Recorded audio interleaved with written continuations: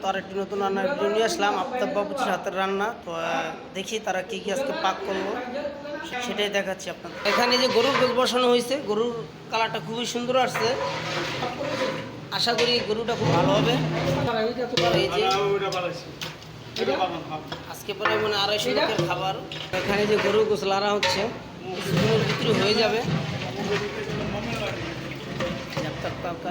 বাবুর্চি তো দেখবো তারা এখন কি কি পাক হয়েছে।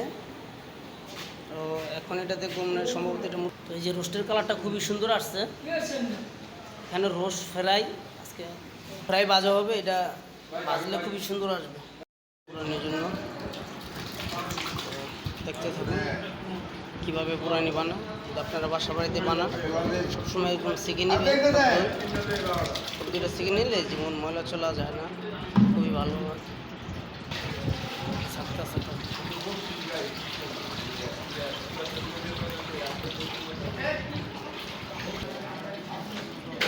এখানে এই যে পুদিনা পাতা, শস্য সব কিছু দেওয়া হচ্ছে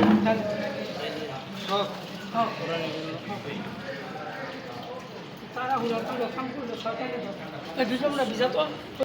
শস্য তোলানো হচ্ছে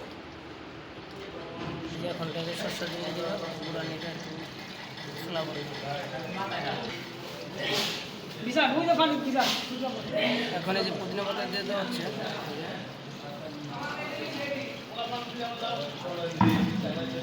জন্য 5 সস দিয়ে দিবে। সসটা দিলে আসলে পুরানিটা স্বাদ হবে।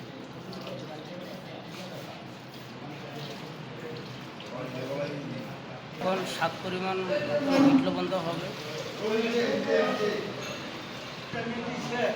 স্বাদ মতন চিনি দেওয়া হচ্ছে। আসলে পুরানিটা খুব ভালো।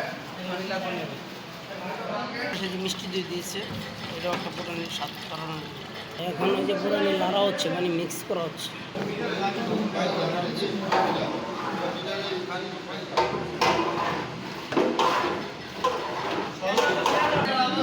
এখন পুরানি টেস্ট করা হবে যে কিছু লাগবে কি না।